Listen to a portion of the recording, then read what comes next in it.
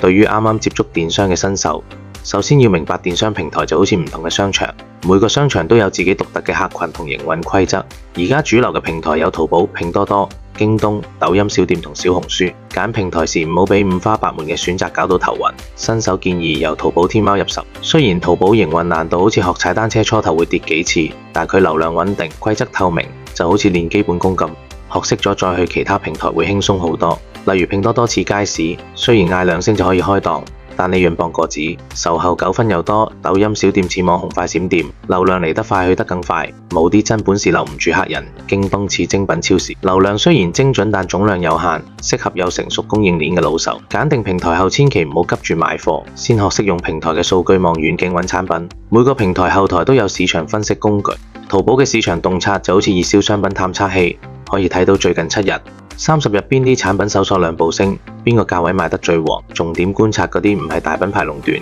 有啲細鋪賣得好嘅商品。例如你發現最近辦公室減壓玩具搜索量升咗3倍，而且有幾間唔出名嘅細鋪月銷過1000件，呢個就係值得跟進嘅信號。唔好成日諗住自己發明新產品，就好似考試時先參考學霸嘅解題思路，先模仿再創新先係穩陣之道。熟悉平台規則比研究武功秘笈仲重要，但唔使錢報培訓班。每個平台都有免費嘅新手村教程，例如淘寶大學裏面由開鋪到推廣嘅全套影片，就好似遊戲裏面嘅新手引導任務。將呢啲免費教程睇完，至少可以避免踩80%嘅坑。特別要注意商品發布規則同流量機制，例如淘寶會俾新品打上新手保護期標籤，呢個時候揾朋友買幾單破零，或者用精準關鍵詞做啲基礎銷量，系統就會好似俾學步車加碌咁推送流量俾你。如果試咗2星期都冇動靜，唔好死撐，快啲換產品。就好似釣魚冇魚咬嚟就要換鰾，推廣產品唔好一嚟就使大錢，先試下平台嘅免費廣告位，例如淘寶嘅短影片入口親拍，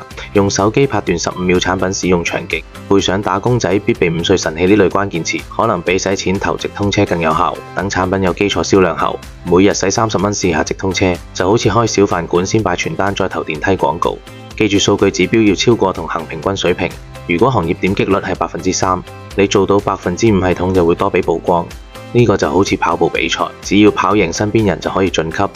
最後揾供貨商要好似揾拍拖對象咁，前期唔使綁得太實，先喺阿里巴巴揾大牛頭標嘅認證廠家。呢啲廠家就好似學校裏面嘅3好學生，發貨及時有保障，用官方嘅一件代發功能，客人落單後系統自動同步俾廠家，連快遞單都唔使自己打。特別提醒千祈唔好用拼多多嘅貨源俾淘寶發貨，就好似唔可以拎地攤貨冒充專櫃商品，俾平台發現會直接罰出場。等某個產品穩定月銷過100單，再揾廠家傾獨家合作，呢個時候你先有議價權。成個過程就好似玩闖關遊戲，先喺新手村練級，裝備齊晒再去打大佬。關鍵係保持靈活，一個產品唔得即刻換，流量渠道失後即刻試新嘅，只要基礎功夫紮實，收穫即刻就可以睇到啦。訂閱 Italy 外貿電商研究院，每日一個外貿小知識。鍾意我的嘅話點個 like 啦〜